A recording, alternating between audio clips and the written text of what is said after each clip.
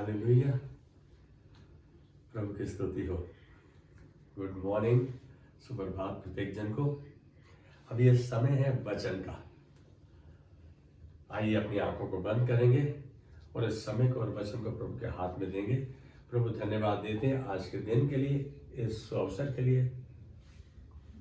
तूने प्रभु ये मौका दिया कि हम तेरे हृदय की बात को तेरे जन के साथ बांटे। आज हम तेरा दास अपने आप को, तेरे वचन को तेरे हाथ में देते हैं, तेरे अनुग्रह को ग्रहण करते हैं जो हमारे लिए हर परिस्थिति के लिए पर्याप्त है। हम तेरे वचन के द्वारा और तेरे वचन के प्रचार में प्रभु तेरी महिमा को देख रहे हैं, यीशु मसीह के नाम में। आमेन, आमेन, आमेन, आमेन। एक बार फिर आज हम पाप की ओर ध्यान देते हुए कि पाप या बुराई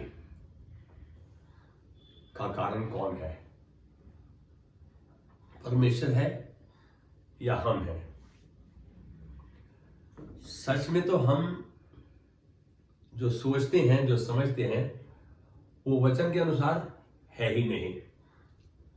आज हम देखते हैं कि जब से हम पैदा हुए हैं, जब से हम समझ पा रहे हैं, हमने बुराई और भलाई दोनों ही को देखा है, उसको महसूस किया है। भलाई की गई या भलाई पाई, ये दोनों ही बहुत देर तक स्मरण नहीं रहते, लेकिन बुराई का असर जीवन भर रहता है। मैं महसूस करता हूं कि आप मेरे साथ सहमति में हैं। हम उसे भुला नहीं पाते। आज क्योंकि हम मसीह हैं, ये बात हमें सोचने व चर्चा करने पर बाध्य कर देती है कि संसार में बुराई कब और कैसे आई। परमेश्वर जब हमसे प्रेम करने वाला परमेश्वर है, हमारा प्रेमी परमेश्वर है, तो उसने पाप को और बुराई को अनुमति ही क्यों दी। ज्यादातर लोग संकेत करते हैं, उनका इशारा यहां रहता है, वो ये कहते हैं कि हव्वा को सर्प ने भरमाया, पाप यहां से शुरू हुआ। हम इस बात को समझ नहीं पा रहे कि विद्रोह, बुराई, पाप क्या यहीं से शुरू हुआ। क्या आप भी इस बात से सहमत हैं? यह सत्य नहीं है, यह बात सच नहीं है। सच तो यह है कि वास्तव में हम उस क्षण से थोड़ा पहले, थोड़ा हम पीछे चले जाएं और देखें उत्पत्ति 2 का 15 से 17 में। क्या उत्पत्ति जेनेसिस 2 वर्स 15 to 17। जब परमेश्वर ने भले या बुरे के ज्ञान का वृक्ष लगाया, भले और बुरे के ज्ञान का वृक्ष अदन के बगीचे में लगाया, आदम और हव्वा को आज्ञाकारिता और विद्रोह, जिसको हम अनाज्ञाकारिता भी कहते हैं, के बीच फैसला करने का चुनाव दिया। यहां परमेश्वर ने बुराई, पाप को अपने सिद्ध रचना में प्रवेश करने की अनुमति दी।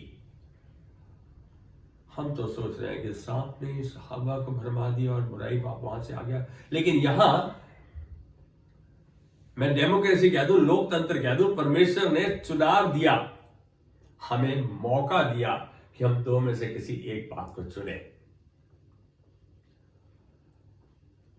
आज आप भी यही अपने आप से प्रश्न पूछ रहे हैं कि जो कई विश्वासियों के साथ अविश्वासियों को भी परेशान करता है,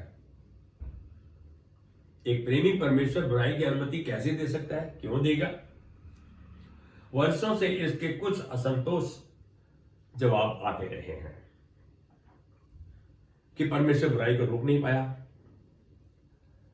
ऐसी बातें, विचार उन बातों से विरोधाभास करते हैं जो पवित्र शास्त्र में परमेश्वर ने हमारे लिए कही। हम देखते हैं कि सच तो यह है कि परमेश्वर उस संसार पर पूर्ण अधिकार रखता है जो संसार में हम रहते हैं। यदि हम इस बात को भजन संहिता 47 के 8 में देखें कि परमेश्वर का इस संसार पर, हम पर जो इसमें रहते हैं, संपूर्ण अधिकार है। वो अधिकार रखता है।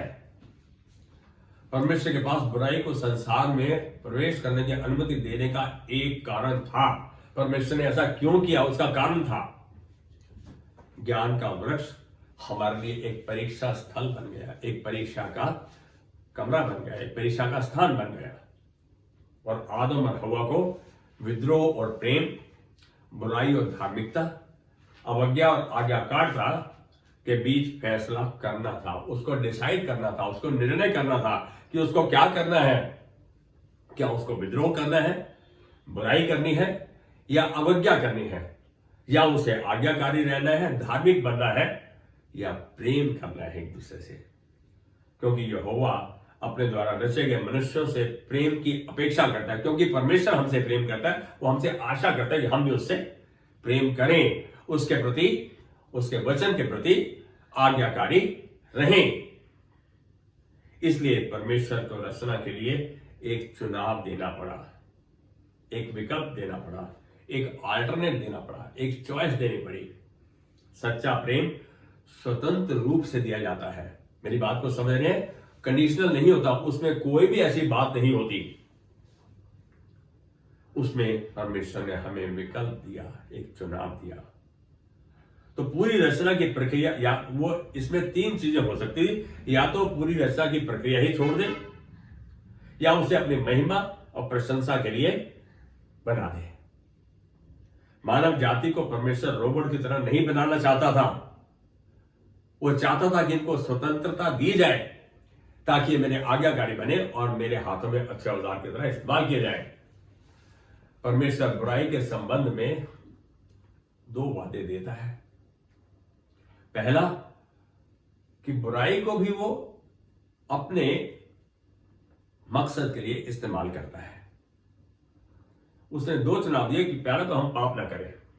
यदि हम इस बात को देखें तो याकूब 1:13 में परमेश्वर ने कहा हम पाप नहीं करना है, पाप इस बातों की जड़ है। वह चाहता है कि हम धर्मी उद्देश्य के साथ रहें ताकि बुराई हमारे हृदय में कोई स्थान ना पा सके। क्या आप मेरी बात से सहमत हैं? हम सब चाहते तो यही है, लेकिन फिर भी बुराई करते हैं, फिर भी हम पाप कर बैठते हैं, फिर भी हम सहूलत और समझौते के जीवन में वो करते हैं जो हमें सूट करता है।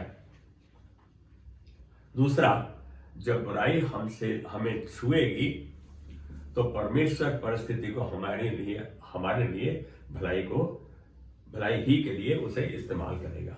आप देखिए, आपके लिए परमेश्वर भलाई चाहता है कि आप आज्ञाकारी बने, और यदि आप उसके प्रति आज्ञाकारी नहीं रहते, उस बात को भी वो आपकी भलाई के लिए इस्तेमाल करता है, रोमियो 8:28 में। लेकिन क्योंकि मनुष्य आत्म केंद्रित है, सेल्फ सेंटर्ड है, सेल्फ फोकस है, सेल्फिश है, खुदगर्ज है, हम इस बात को कहेंगे कि परमेश्वर का प्रेमी हृदय है और वो प्रेम करता है हमसे।